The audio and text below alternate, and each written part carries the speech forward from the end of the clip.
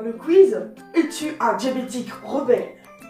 Donc pour préparer ce quiz, vous avez besoin d'un papier ou deux papiers, c'est comme vous voulez, c'est comme vous le sentez, et un stylo pour écrire.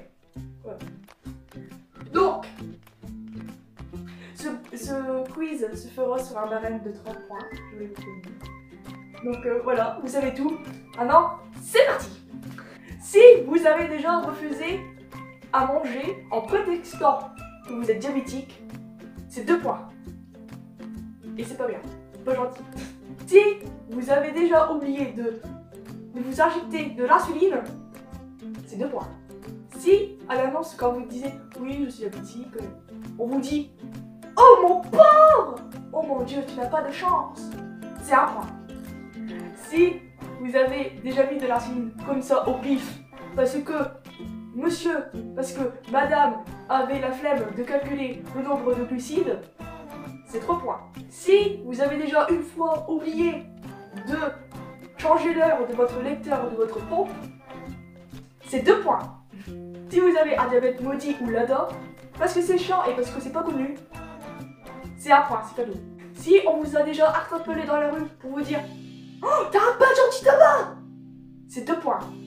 Si vous avez déjà apprécié d'être en hypo, juste pour ne pas culpabiliser de manger comme un report, c'est 2 points. Si vous avez sorti de chez vous et que vous avez fait une longue balade sans prendre de collation, c'est 1 point. Et c'est dangereux, c'est pas bien. Ça ne doit pas se faire, ça.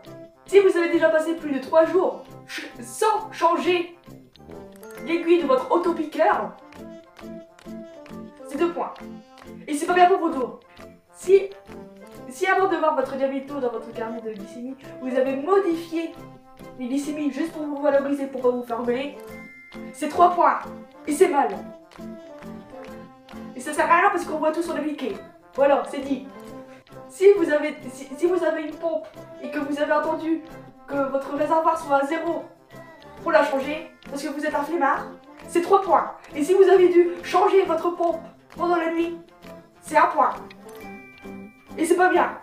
Enfin, si vous n'avez pas vérifié l'acétone alors que vous étiez à plus de 2,50 g, parce que monsieur n'avait pas de bandelette à côté de lui, parce que monsieur avait la flemme de vérifier, c'est 3 points. Il faut vérifier, c'est important.